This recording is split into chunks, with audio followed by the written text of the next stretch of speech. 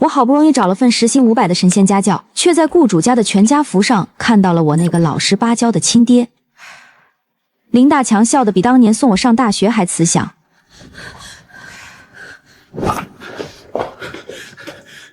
楚楚，别告诉你妈，她的透析费不能断啊！这个雇主有钱，他心甘情愿给我钱。爸爸这是在吸他的血，供你读书，给你妈续命啊！林大强，这话你自己信吗？但我没再难为他，反倒贴心地擦了擦玻璃上的灰。行，那你好好干。林老师，快来吃点水果。我家老林笨手笨脚的，刚才没吓着你吧？真是活久见，林大强一个年近50，常年在地盘风吹日晒，发际线已经退守到地中海边缘的中年糙汉，居然还能迷住富婆。没有，林先生一看就是个顾家的好男人。我咬着牙，把顾家2个字咬得极重。兰兰，你坐着休息，辅导孩子这种事儿，交给林老师就行。老林，我就喜欢你这无牵无挂、全心全意围着我们娘俩转的样子。你要是敢骗我，在外面还有别的家，我可绝对不会轻饶你。接下来的2个小时，我见识到了什么叫顶级情绪价值提供者。我那个在家里连酱油瓶倒了都不服的亲爹，在这里简直是全能管家。这道题呢，我们应该先这样看。林大强说他是在吸血，说自己被逼无奈，但在我看来，他还挺乐在其中的。这哄孩子的熟练度，没有个1年半载是练不出来的。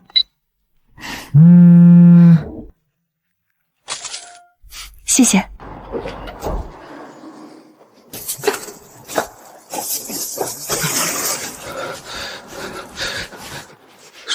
楚楚，打住！林大强同志，你居然在这豪宅里被人娇滴滴的唤作老林，甚至还混上了一口热乎的少爷饭，这富婆的口味可以说是相当猎奇了。不过，我不管你这套劫富济贫的理论是真是假，我只看结果。妈妈下周的透析费和营养费，明天中午之前必须到账，不然这全家福我保证明天就挂在妈妈床头。你放心，这钱肯定到位。楚楚，爸知道你嫌爸脏，但只要能留住你妈的命，爸这张老脸，这把骨头，就算全卖了也值。看着他佝偻的背影走回那栋金碧辉煌的别墅，我心里五味杂陈。确实，过去半年里，每个月都有一笔固定的大额转账打进来，支撑着妈妈用了最好进口药。难道他真的只是为了钱？可看他那副乐在其中的样子，如果是演戏的话，那演技未免也太好了吧。算了，想来想去，我也摸不透他的心思。好在我留了个心眼，刚才趁浩浩不注意，从他头上偷偷拔下来的2根头发放在我口袋里，是不是只为了钱？查查这小崽子的 DNA 就知道了。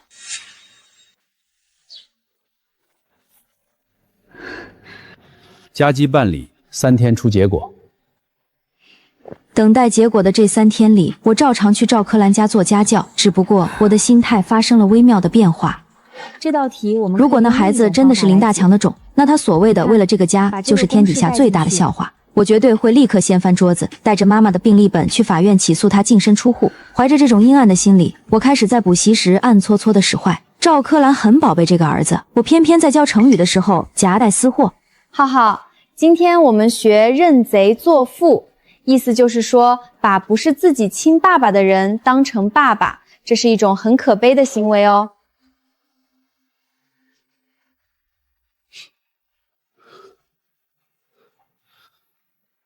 林老师，我不喜欢别人挑拨我们一家的感情，即使是玩笑也不行。这女人图什么呢？图林大强年纪大，图林大强不洗澡。然而很快我就发现了不对劲的地方。为了观察他们，我特意将浩浩的课调在晚上。如果说白天还能藏得住，晚上总该没办法藏了吧？老师，你嘀嘀咕咕说什么呢？没什么，浩浩继续写。浩浩，一会儿下课以后记得把牛奶喝了，一会儿浩浩自己刷牙洗脸，可以吗？妈妈放心吧，浩浩可以的。真思睡去，身材曼妙，不太对劲。浩浩真乖，那爸爸妈妈先回去休息了。老师，你这是怎么了？老师你好笨。没事没事，就是被呛到了。那个赵女士，你每天晚上都会和你先生睡一起吗？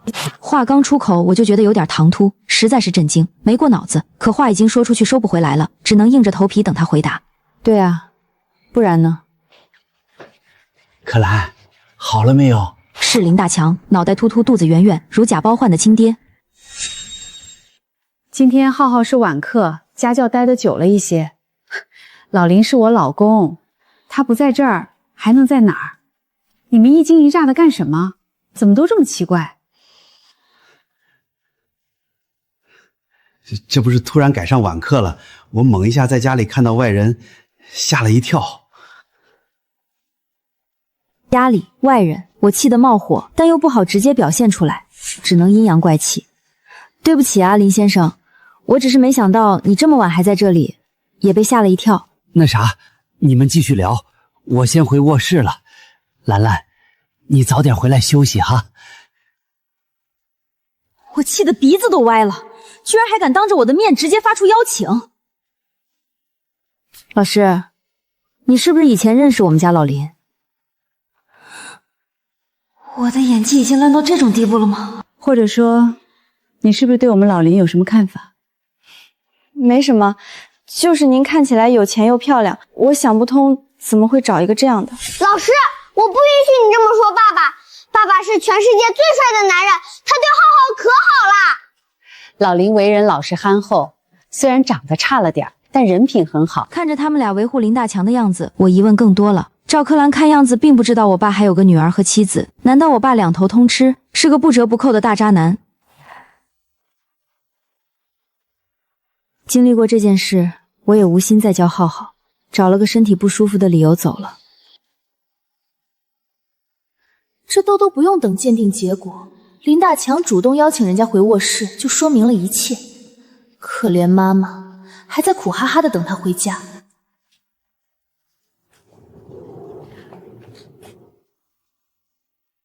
你怎么还没走？你怎么出来了？我当然是回家啊。这不就是你家吗？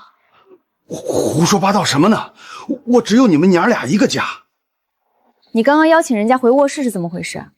我是为了早点出来，早点回家呀。真的？比真金还真。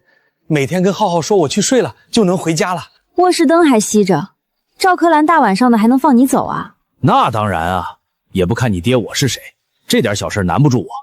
我不回家，谁照顾你妈？我勉强相信了他的说辞，这件事就这么过去了。3天后，鉴定结果出来了。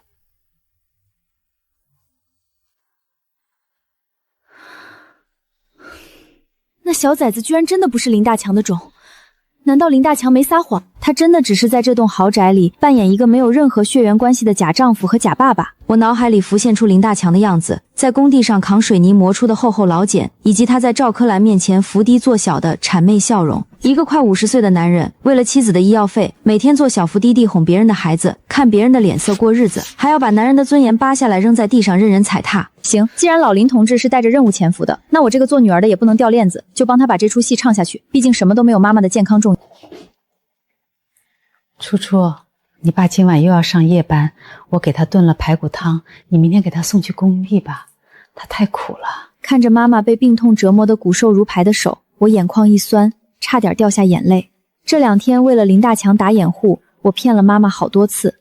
妈，不用了，我爸他在厂里吃的挺好的，你平时也够辛苦了，您多歇着。那怎么行？你爸那是为了省钱，每天就啃馒头咸菜。他今天走得急，手机都忘带了，正好你明天拿给他。我先回房睡了，你也早点休息。不对，妈妈刚说林大强没拿手机。等等，如果林大强的手机在家，那他平时跟赵柯兰联系用的是什么？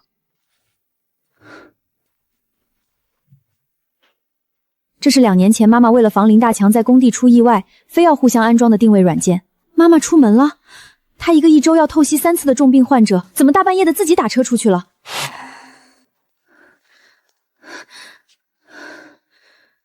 不对，不可能无缘无故的跑出去，只有一种可能，他一定是看了林大强留在家的手机，发现林大强真正的定位根本不在什么南郊的狗屁加工厂，而是在北区的富人别墅里。师傅，去玉龙湾别墅区。林大强啊，林大强，你拿2部手机就算了，定位软件怎么不知道关啊？你要是被妈妈撞见你在给别人当老公，妈妈那脆弱的心脏和肾脏当场就能双双罢工。对不起，您拨打的电话已关机。估计是赵柯兰不让他晚上接电话，敬业的很。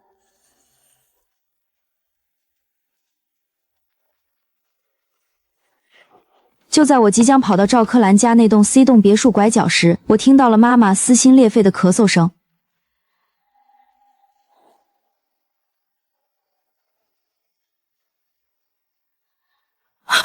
糟了，全被妈妈看见了。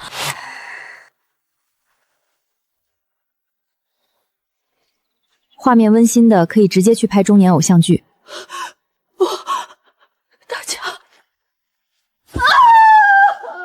那一刻，我看到妈妈眼里的光彻底熄灭了。她一直以为自己拖累了丈夫，一直心疼丈夫在工地上挥汗如雨，可原来她的丈夫是在另一个女人的温柔乡里挥金如土。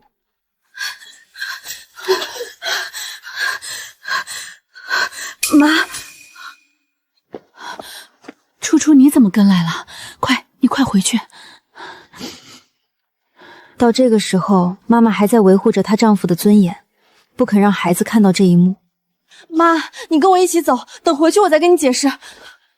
什么意思，初初？你是不是早就知道了？你们合起伙来骗我？我张了张嘴，却发现自己连一句辩解的话都说不出。我说什么？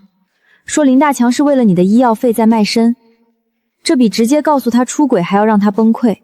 我没办法回答他，只好转移话题。妈，这里冷，你身体又不好，我们回去再说好不好？你给我让开，别拉着我！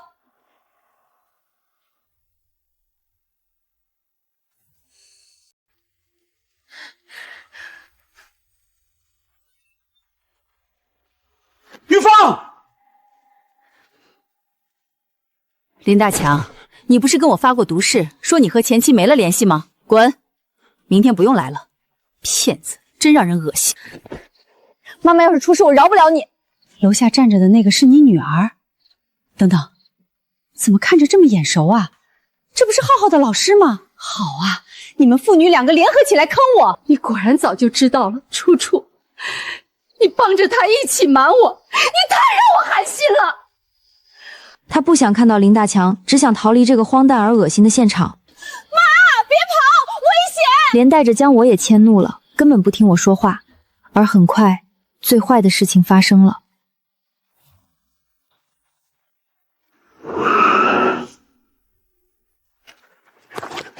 云飞！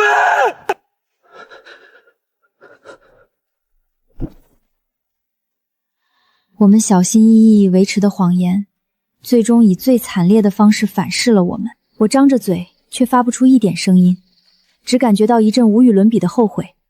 妈妈比我想象当中敏锐得多，是我太蠢了，自以为是的瞒着她。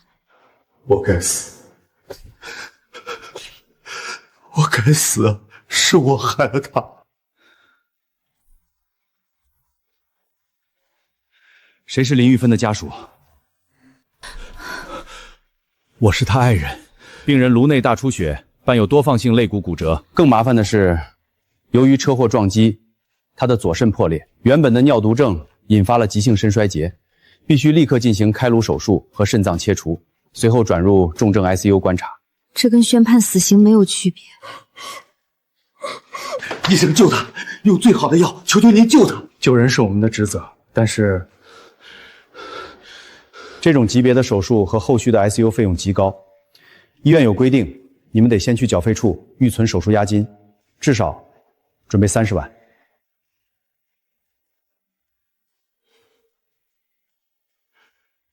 为了给妈妈治病，家里的房子早就卖了，他去赵柯兰那里打工赚的钱，也都按月交给了医院做透支。我们家现在的存款满打满算不到2万块。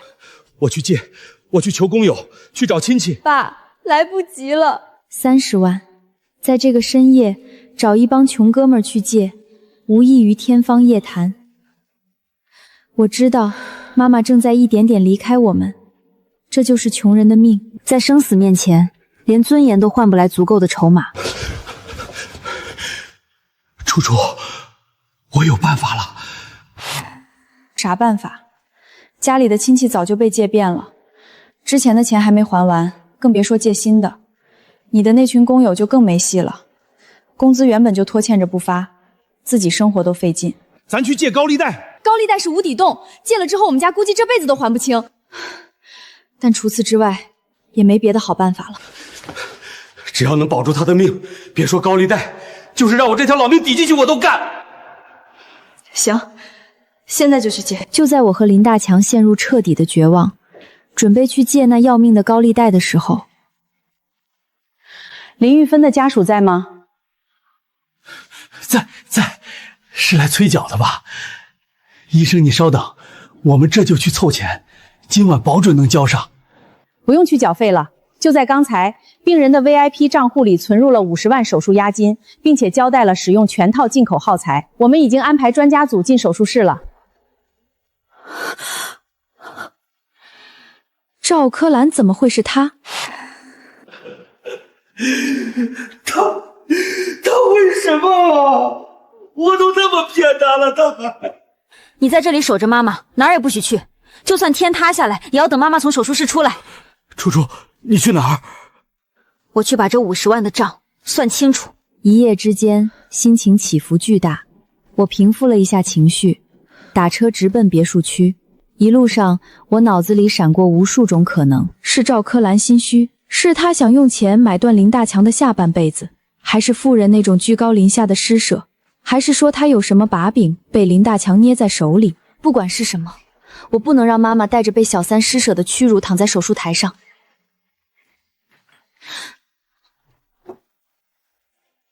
令我意外的是，没有预想中趾高气扬的傅太太，和那个平时精致的她完全判若两人。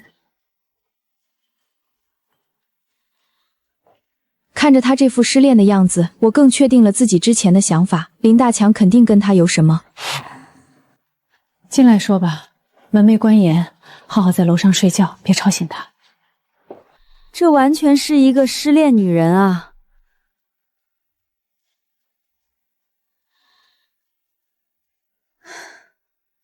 赵女士，那50万算我们家借你的，我给妈妈配型，我以后拼命赚钱，连本带利还你，不会亏欠你。但我要求你，从今以后离林大强远一点，你们再也不许有联系。妈妈的身体你应该清楚，她经受不起这种打击了。那笑声里透着一种难以言喻的疲惫和悲凉。你以为我是那种故意破坏你们家庭的第三者？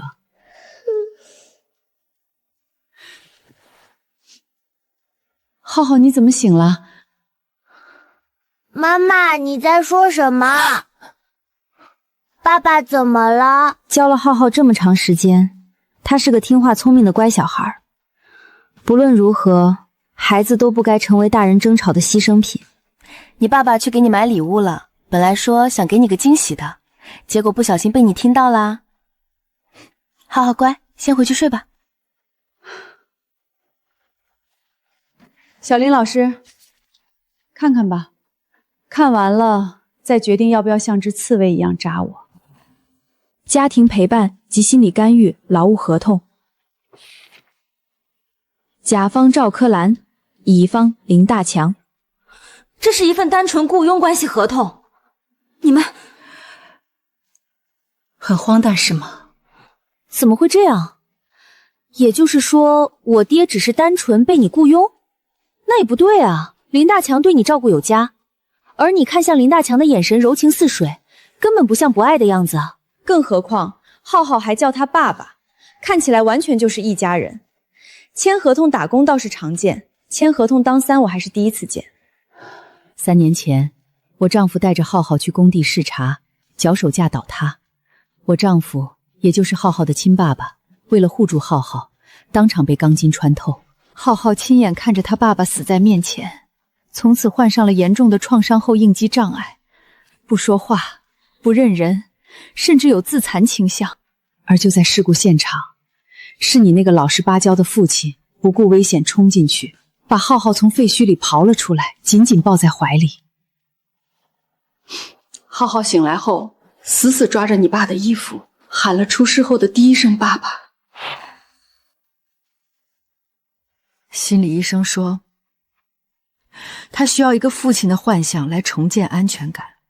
我试过找专业的心理辅导师，找演员，但浩浩只要你爸。为了我儿子能活下去，我只能用钱买你爸的时间，所以我只能选择将错就错，雇佣林大强来扮演父亲的角色。这段时间，我们像是真正的一家人。在父亲的陪伴下，浩浩的精神状态也好了很多。林大强是个好人，他每次拿到钱就立刻存进医院的账户，但我昨晚必须赶他走，因为你们的家事已经让浩浩感到了恐慌。我是个自私的母亲，我只能保护我自己的孩子，而你们毁了这一切。我很担心浩浩的精神状态，也不知道该怎么面对他。不过我也要谢谢你，刚刚孩子在这里，你没说出真相，给我留了体面。原来根本没有烂俗的出轨，没有恶毒的小三，只有两个被命运逼到绝境的家庭，在一个荒诞的谎言里，互相汲取着活下去的养分。那50万是违约金，也是买断金。林老师，浩浩的爸爸死了，那50万算是买你妈一条命，我们两清了。赵柯兰是一个伟大的母亲，同时她也是一个极好的雇主。在我爹违约的前提下，她还依旧肯支付50万的报酬。楚楚，你妈醒了，可是她拒绝用药，她拔了管子，说要寻死啊！玉芬，你别犯傻呀！我求求你，你活下去，我什么都听你的。这怎么回事？你没解释清楚吗？我解释了，他不听，非说我赚的钱脏，说自己宁愿不治了。哀莫大于心死，自己身患重病，老公却在别墅里跟其他女人甜蜜，搁谁都受不了。妈，你疯了吗？手术刚做完，你想不要命了吗？楚楚，妈不治了，妈这具破身体不值得你爸去卖身，不值得你们这样做人自己。我嫌这钱脏。她宁愿死，也不愿意用丈夫出卖尊严和肉体换来的钱苟延残喘。这是她作为一个女人最后仅剩的一点骄傲。妈，你听我说，事情根本不是你想的那样。你看，这上面写的清清楚楚，我爸他没有出轨，他只是去给人家当心理陪护。妈，你信我，你得好好治病，等你好了，我们一家人好好过日子。我还想天天吃你做的红烧肉呢。楚楚，你长大了，学会帮你爸一起骗我了，拿了一份假文件过来唬我。什么陪护能一个月给8万？什么陪护要搂在一起？什么陪护要让别人儿子叫自己爸爸？妈没文化，但妈不傻。昨晚落地窗前那一幕太有冲击力了，身边是温柔的妻子和儿子，一家3口其乐融融。换作是谁都不会相信那只是一份工作。玉芬，我发誓我连他一根手指头都没碰过，那披肩是浩浩让我给他披的。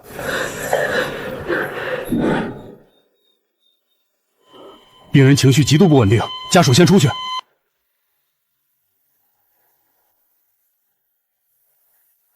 谎言一旦破碎，哪怕你拿出再多的真凭实据，信任也无法瞬间重建，除非那个小三亲自来作证。可是赵柯兰已经说了2清，我凭什么再去要求一个抑郁的单亲妈妈来趟这趟浑水？她这辈子付出了太多，也吃过太多苦，原本身体就不好，再加上被最信任的丈夫和女儿背叛，只能慢慢弥补了。爸折腾了一晚，心力交瘁的，你赶紧回家休息。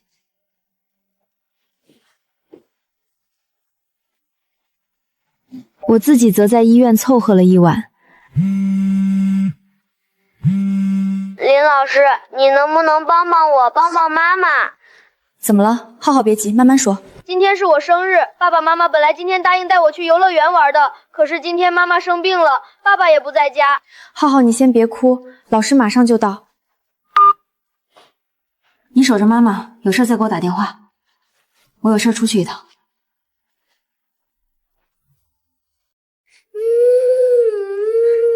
对不起啊，林老师，给你添麻烦了。赵女士病了，刚吃过药后休息了，先生又不在家，孩子闹着要找你，没办法才打电话过去。林老师，你能不能陪我过生日？我居然在给林大强傍上的富婆的儿子过生日，简直是倒反天罡。林老师，我许愿了，你猜猜我的愿望是什么？浩浩的愿望是希望爸爸妈妈永远不吵架，一直陪着浩浩。浩浩也很喜欢林老师，也希望经常能和林老师一起玩。老师，你收下这个小天才手表，浩浩就能随时随地找到老师啦。谢谢浩浩的礼物，你愿望会实现的。话说出口，其实我有些后悔。刚跟赵凯言放完狠话，让他离林大强远点儿，说好的两清，而且那50万我们也收下了。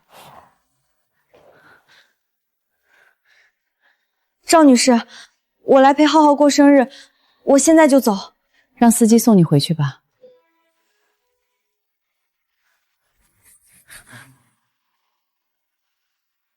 阿姨现在情绪不稳定，我正找你呢，快过去看看吧。我说了，我不治，我不要你的脏钱，我也不愿意成为你们的包袱。那个赵女士看起来挺好，身体健康，也有钱，你跟她过后半辈子也挺好。玉芬啊，你说啥呢？我不是那种人，我真跟她没什么。这气场，简直像个来收购医院的霸道女总裁。林大强，你到底行不行？办个离职手续都这么磨叽，还要我亲自跑一趟？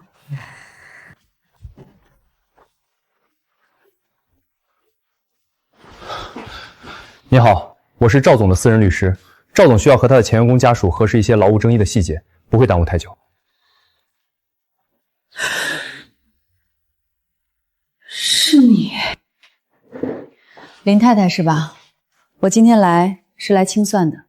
你丈夫因为私人感情问题，严重影响了我的工作安排，导致我儿子情绪崩溃。这是解约通知书。另外，那50万是公司出于人道主义垫付的医药费。从今天起，你们林家欠我赵克兰50万，利息按银行最高标准算。我不管你现在是不是快死了，只要你还剩一口气，就得让你女儿或者你丈夫把这笔钱给我打工还清。你想死，可以。父债子偿，你女儿下半辈子就给我儿子当免费保姆吧。听完我说这些，你要是还舍得死的话，那就害了你女儿半辈子啊，什么都没捞着，反而欠了一屁股债。还能这样？这什么情况？这女人是在演黑心资本家吗？不过听完这番话，妈妈的眼神变了。你们真的只是雇佣关系？林太太，你未免太看得起你丈夫了。我赵可言西庄要什么样的男人没有？需要去倒贴一个老头？我买的是他逗我儿子开心的手艺，现在手艺砸了，你们必须赔钱。我儿子今天过生日，原本计划好了去游乐园，结果因为你们的违约毁了孩子的生日，这也得赔偿。所以，林太太，你最好给我好好活着。你要是死了，这笔烂账我可是会算在你女儿头上的。当做你陪浩浩过生日的谢礼。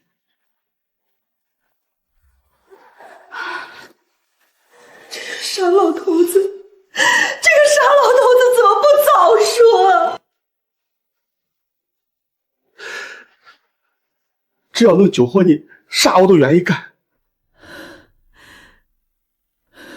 但这口气还没喘匀，走廊里突然传来了一阵极其刺耳的喧闹声。林大强呢？那个老不死的在哪儿？听说他傍上富婆发大财了，赶紧让他滚出来见我！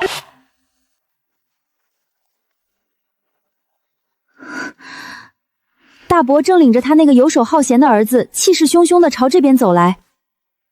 这谁呀？我大伯。一看到我这个大伯，我就气不打一处来。他从小被惯坏了，吃喝赌样样俱全，简直是我们家的吸血鬼。早些年我爸强在工地上赚了点辛苦钱，全被他以各种理由借走，至今未还。他说他儿子要结婚，要买房，要做生意。后来我妈查出尿毒症，我爸走投无路去求他，甚至给他跪下，他却连门都没开，隔着铁皮门骂他是倒霉催的无底洞，直接给我爸赶走了。现在不知从哪儿听到了风声，居然像闻到血腥味的苍蝇一样盯了上来。大军，你来干什么？这里是医院。干什么？我来看我那快死的好弟妹啊！大强，我可听说了，你老婆在富人区被车撞了，那富婆当场就给你砸了50万。好家伙，你这老树开花，吃上软饭了啊！二叔，苟富贵，勿相忘啊！既然傍上大款了，之前欠我们的那2万块钱人情费，是不是该结一下啦？我气急反笑，2万块钱人情费，那是当年我考上大学，他喝醉了酒硬塞给我的100块钱红包，现在居然好意思来敲诈勒索，高利贷都没他敢要。大伯，这里是 ICU， 请你闭嘴或者滚出去。哟，初长本事了啊！你们一家子干出这种见不得人的丑事儿，还不让人说了？林大强，今天你要是不出钱来封我的口，我马上进病房，把你吃软饭的事儿仔仔细细说给玉芬听，我看她的破心脏受不受得了。你不要好面子吗？实在不行，我到咱村里再去宣扬宣扬，让父老乡亲们都知道你是个啥样忘本的人。我还要告诉他们你现在有钱了，欠他们的钱也不还，让他们知道你就是个老赖。我爹这辈子最在乎的就2样东西，家人、面子。当初为了给妈妈凑做手术的钱，林大强挨家挨户的求乡亲们，朝他们借钱。乡亲们看我们可怜，东拼西凑的，可算是凑够了妈妈的手术费。如果大伯一家再在村里胡说八道，寒了他们的心，林大强说啥都不愿意。大军，你不是人！玉芬刚做完手术啊！而且咱家穷的时候，乡亲们没少接济我们哥俩，你就好意思让他们跟着着急上火？我管你那么多，拿钱，不然我现在就进去。他身体本来就不好，不能再受刺激了。你要多少钱？2万，别说2万，我们现在2000的现金都拿不出来。2万，你打发叫花子呢？20万，20万。你怎么不去抢？20万1分都不能少！你现在外头赚大钱了，拿20万出来怎么了？我看你就是不想给，故意装穷。亏我还当你是亲弟弟，这么多年兄弟情，你就是这么对我的。保安，把这2个寻衅滋事的垃圾给我扔出去。你就是那个包养我弟弟的富婆！我告诉你，我可是他亲大哥。你想打发我们？没门儿！你至少得给我20万！亲大哥，只会抢钱撒泼的亲大哥，你弟妹刚做完手术需要静养，你在这里大吵大闹要拿钱，这是大哥能办出来的事儿？不过你说要钱，倒也可以给你。给钱之前，我还有个条件。我就知道你们有钱，说吧，啥条件，我弟弟都能答应。看见没？这是你弟弟欠钱的账单，还有他违约欠的钱。你要是想拿20万，先把他欠的钱还了再说。不可能啊！我听说你大手一挥就是50万，咋可能他欠你这么多钱？大哥，我看起来很像做慈善的吗？要不你进去问问你弟妹，你看看他手里拿的是不是发票和转账记录？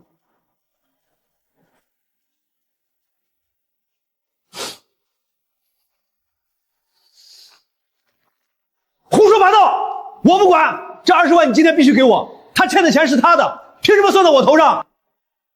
行，既然不算到你头上，那你正好也别走了。张律，敲诈勒索20万，够判几年？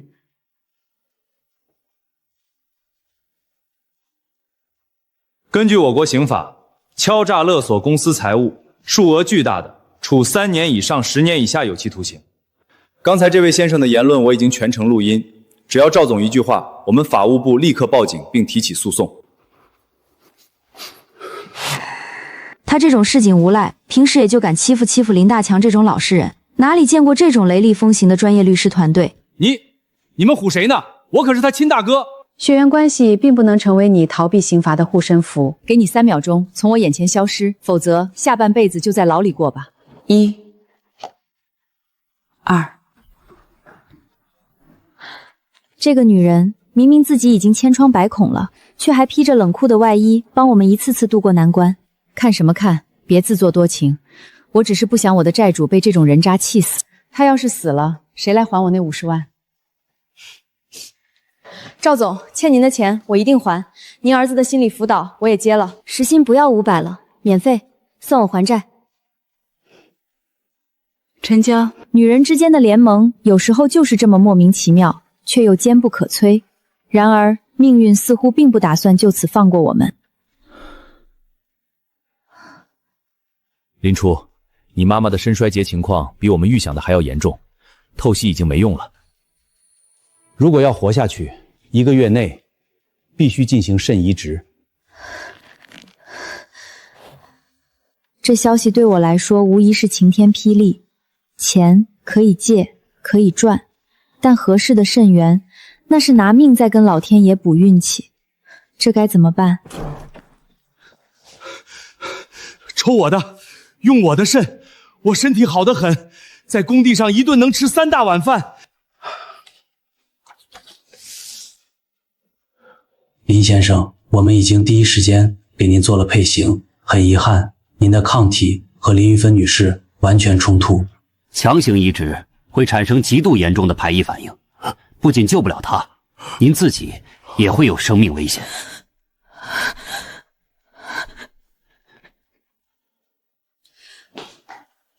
那我呢？我是他亲女儿，我肯定可以吧？你的情况更特殊，你的血型虽然匹配，但你和母亲的匹配度极低。仿佛有一只无形的大手狠狠掐住了我们的咽喉。亲人不能捐，就只能等全国器官分配系统的随机匹配。我妈现在的身体状况极差，每天都是在强行吊着命，按照正常速度根本撑不到排队轮到她的那一天，真的没有别的办法了吗？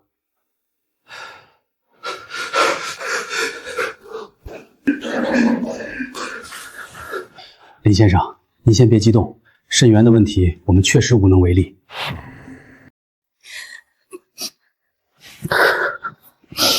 擦擦脸，别让你妈看出异常。自从收到那50万的手术费用，且误会解开之后，妈妈心情肉眼可见的变好了。妈，你怎么又在干活啊？别累着您。这不是快到冬天了吗？想着给你和你爹一织一件毛衣，赵女士帮了我们不少忙，我得给浩浩也织一件。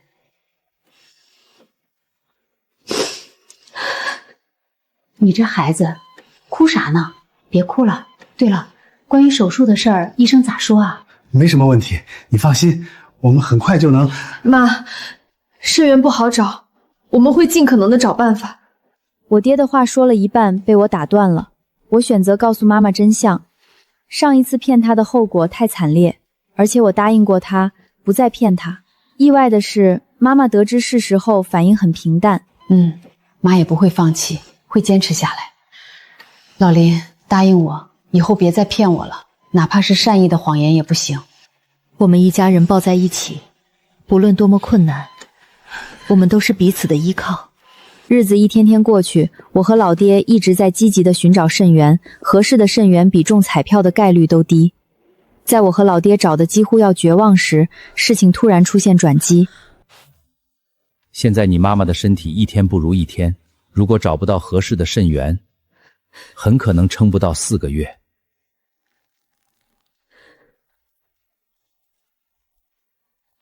这段时间，她几乎成了我们家遇到危机的兜底人，连医院的小护士都在私下八卦。这富婆是不是真的看上林大强了？又出钱又出力的。我看像，这林大强也算有情有义。之前我听说病房里躺的那个其实是他前妻，俩人早就离婚了。那这位富婆姐姐真跟做慈善没什么区别了。只有我知道，她是在救赎我们，也是在救赎她自己。哭什么？死人了吗？是不是找不到合适的肾源？合适的肾源太难匹配了。这些天我跟林大强跑了不少地方都没有。医生刚刚说，妈妈很可能撑不到4个月。我倒是有一个办法，能够快速匹配到肾源。医生，我查过资料，国内目前在推进一种叫做交叉捐献，或者叫肾脏配对交换的项目，对吧？确实有这个项目。交叉捐献。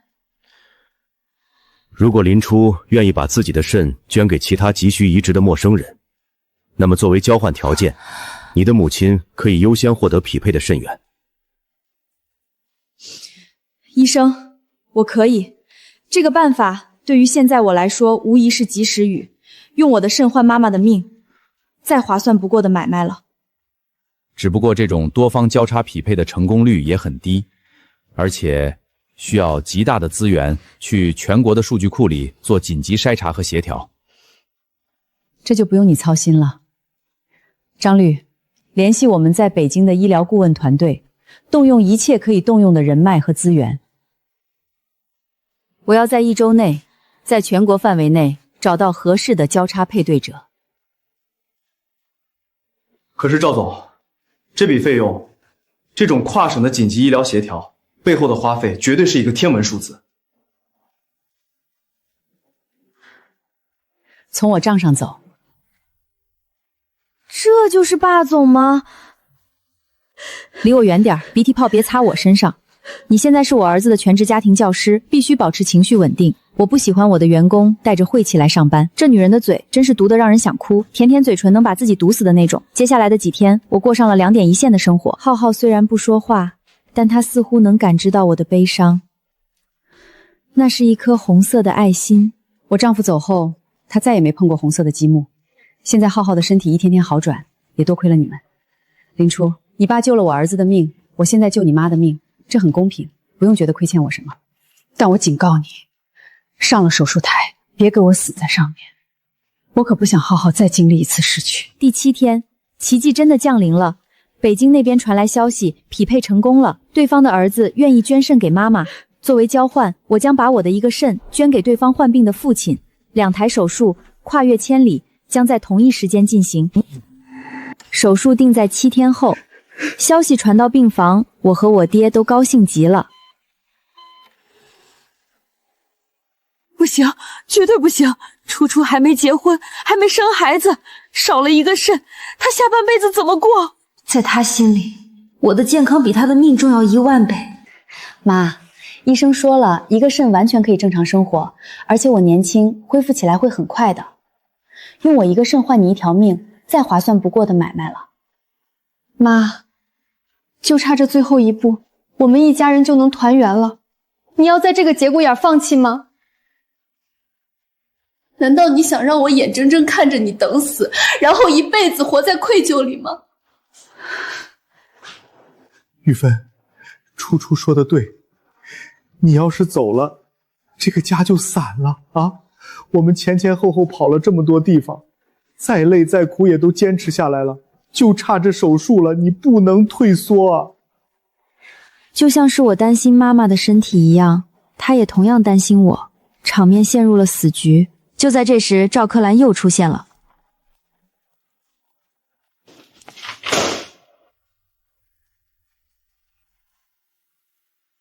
林太太，你是不是搞错了什么？你以为这只是你们家的事儿？你知不知道，为了找这个匹配的肾源，我花了多少钱，动用了多少关系？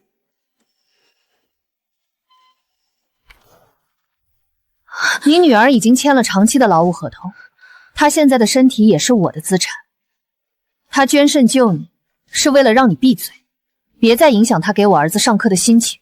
你现在要是敢不签字，对方那个等肾救命的老父亲就会死，你林玉芬就成了间接杀人的凶手，你担得起这个罪名吗？赵柯兰这番话半真半假，却精准地击中了妈妈的软肋。我签。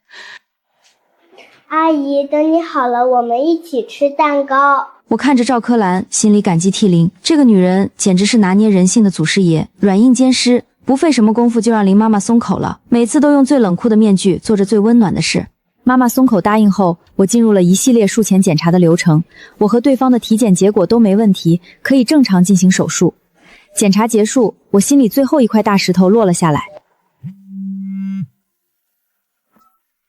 怎么样？一切顺利。林老师，我给你准备了礼物，你过来看看吗？来我们家吃饭吧，缓解一下紧张的心情。结果我刚出医院大门就出事了。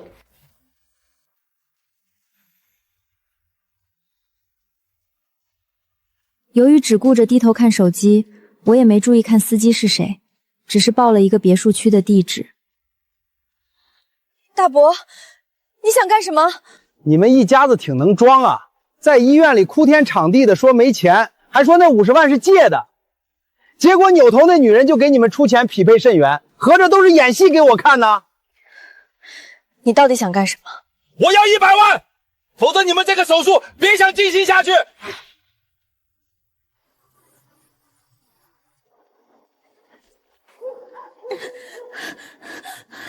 想要人没门，100万一个字儿都不能少。这里荒郊野岭的，就算是报警找人也得耗费一番功夫。明天就手术了，大伯这是算准了时间，耽误1分1秒都足够致命。这里四处都是山，我就算是想跑也找不到路。是浩浩送我的手表，我怎么把这个忘了？通过手表自带定位功能，警方很快锁定了我的位置。不到2个小时，洋洋得意准备拿钱的大伯被警察破门而入，抓了个正着。行了，别上演父女情深这个戏码了，赶紧回医院吧。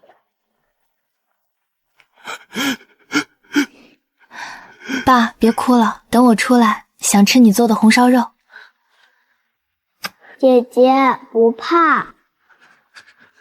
林初，为了浩浩，为了你妈，你必须全虚全伪的给我滚下手术台，听见没有？听见了，赵总，我还要回去给浩浩上课呢。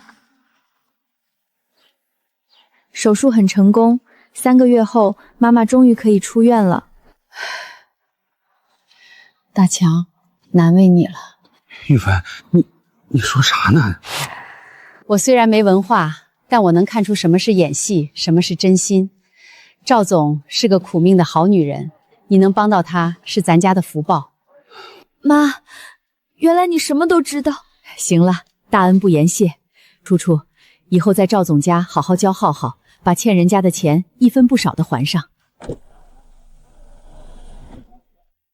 林老师上车。赵总，这怎么好意思？我们自己打车就行。